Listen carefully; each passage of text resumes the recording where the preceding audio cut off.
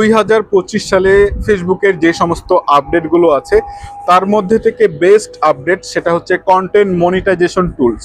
যাদের পেজ অথবা প্রোফাইলে দীর্ঘদিন যাবৎ ইনস্ট্রিম অ্যাড সেট আপ করার পরেও ইন রিভিউ থেকে গেছে, তাদের পেজ অথবা প্রোফাইলের জন্য কিন্তু একেবারে সুখবর বললেই চলে। অনেকেই আছেন এই ইন রিভিউ থাকার কারণে কিন্তু ফেসবুকে কাজ করা একেবারে বন্ধ করে দিচ্ছেন বললেই চলে।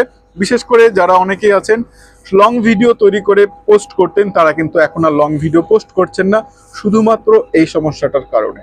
শুধু যে আপনার এই সমস্যাটা এটা কিন্তু নয়, অনেক পেজ অথবা প্রোফাইলে কিন্তু এই সমস্যাটা ইনস্ট্রিম অ্যাড সেট আপ করার পরে সেটা ইন রিভিউ রেখে দিয়েছে। মূলত এটা 14 দিনের জন্য থাকার কথা ছিল, কিন্তু ফেসবুকের কোনো টেকনিক্যালি প্রবলেম বা কোনো আপডেটের কারণে কিন্তু এই সমস্যাটা।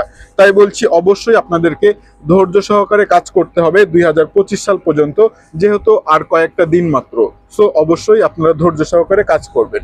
তবে হ্যাঁ, কন্টেন্ট মনিটাইজেশন টুলসটা যদি আপনি সঠিকভাবে পেতে চান, আপনার পেজে যদি যুক্ত করতে চান, তাহলে অবশ্যই কিন্তু এই টুলস পাওয়ার জন্য যেই সমস্ত নিয়ম নীতিগুলো ফেসবুক দিয়ে রেখেছে এভাবে কিন্তু আপনাকে কাজ করতে হবে। আপনি যদি শুধু রিল পোস্ট করেন তাহলে কিন্তু হবে না, এর পাশাপাশি অবশ্যই আপনাকে লং ভিডিও পোস্ট করতে হবে, স্টোরি টেক্সট পোস্ট করতে হবে, এমনকি আপনাকে ফটো পোস্ট করতে হবে। সো ফটো এমনকি স্টোরি টেক্সট পোস্ট যেটাই বলেন না কেন, এটা করতে গিয়ে কিন্তু আপনারা অনেকেই আছেন ছোট ছোট ভুল করছেন, আর এই ভুলের কারণে কিন্তু দেখা যাচ্ছে যে আপনারা সময় মতন এই টুলসটা পাবেন না, শুধুমাত্র আপনাদের ছোট্ট ভুলের কারণে।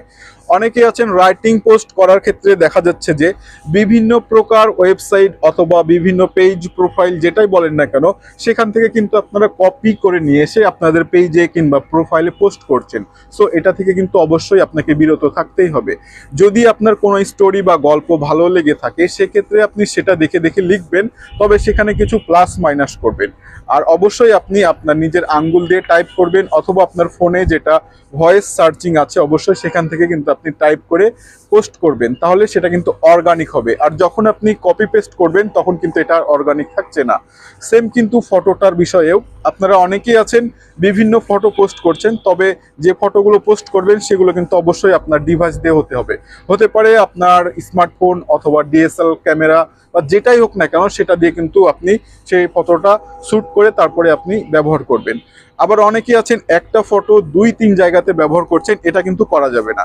ফেসবুকে যে ফটোটা ব্যবহার করছেন সেটা আবার দেখা যাচ্ছে ইনস্টাগ্রামে ব্যবহার করছেন, আবার দেখা যাচ্ছে যে সেই ফটোটাই আবার আপনারা টিকটক অ্যাপে গিয়ে কিন্তু বা যেটা অ্যাকাউন্ট সেখানে গিয়ে ব্যবহার করছেন। সো এটা থেকে কিন্তু অবশ্যই বিরত থাকতে হবে।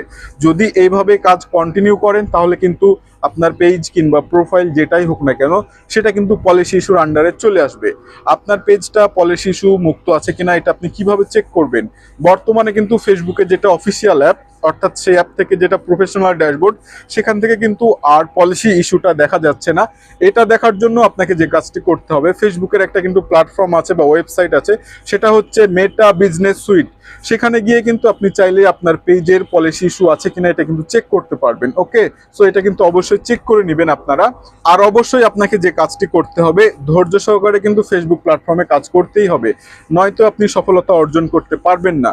যদি সফলতা অর্জন করতে চান তাহলে অবশ্যই ধৈর্য সহকারে আপনাকে কন্টেন্ট বা যে সমস্ত পোস্টগুলো করেন এগুলো করতে হবে, তবে কিন্তু অর্গানিকভাবে অথেন্টিক আপনার নিজস্ব হতে হবে, তাহলে কিন্তু আপনি কিন্তু সেই সেটআপগুলো পেয়ে যাবেন, শুধুমাত্র সময়ের অপেক্ষায়। তো ফ্রেন্ডস, আজকের মতন এখানে শেষ করছি।